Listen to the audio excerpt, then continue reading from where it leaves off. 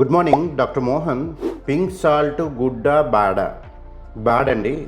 Pink salt వాడకూడదు.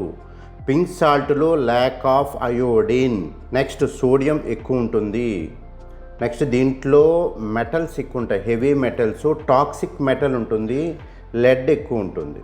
ఈ lead అనేది వస్తుంది ఎక్కువ మనకి. సో పింక్ సాల్ట్ టేస్ట్ ఉండదు. నెక్స్ట్ ఏంటంటే టేస్ట్ లేకపోవడం వల్ల మనం ఎక్కువ క్వాంటిటీ తీసుకుంటున్నాము, దీనివల్ల హార్ట్ డిసీజెస్ ఇవన్నీ కూడా ఎక్కువ వస్తున్నాయి. కాబట్టి పింక్ సాల్ట్ని యూజ్ చేయొద్దు. సీ సాల్ట్ మంచిదండి. సీ సాల్ట్లో ప్యాకెట్ మంచిదా లేకపోతే రాక్ సాల్ట్ మంచిదా? మా వైజాగ్ వైపు కల్లుప్పు అంటాం. ఈ రెండిట్లో డిఫరెన్స్ ఏంటంటే మనకి ప్యాకెట్లో అయోడైజ్డ్ అనేది, కల్లుపులో అయోడిన్ కూడా వేడి చేసేటప్పుడు ఎవాపరేట్ అయిపోతుంది. ఎప్పుడు ఏది మంచిది? దీంట్లో ఎవాపరేషన్ అవ్వనది ఏంటి? ప్యాకెట్లో యూజ్ చేసే సాల్ట్ మనం స్టార్టింగ్లోనే మిడ్లోనే వేసామనుకోండి, అందులో 70% అయోడిన్ అనేది ఎవాపరేట్ అయిపోతుంది. అదే కల్లుప్పు రాక్ సాల్ట్లో మీరు స్టార్టింగ్ మిడ్లో వేసినా సరే అది స్లోగా మెల్ట్ అవుతుంది, అది క్రంచీగా ఉంటుంది.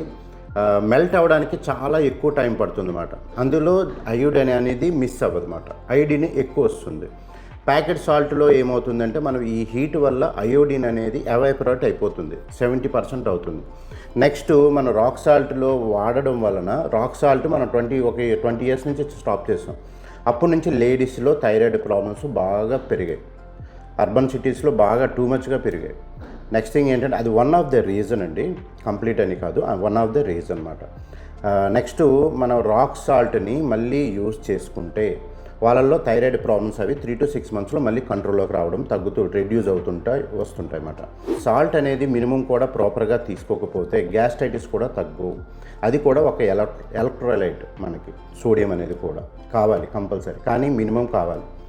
అది లిమిట్గానే ఉండాలి. మనం రెగ్యులర్ తీసుకునే దాంట్లో సరిపోతుంది, ఎక్కువ తీసుకోకూడదు. కాబట్టి సాల్ట్ చాలా మంచిదండి. దీంట్లోనూ మనకి రాక్ సాల్ట్ అనేది ట్రై చేయండి, మీకు రిజల్ట్స్ అనేవి గ్రాడ్యువల్గా తగ్గుతాయి. Thank you.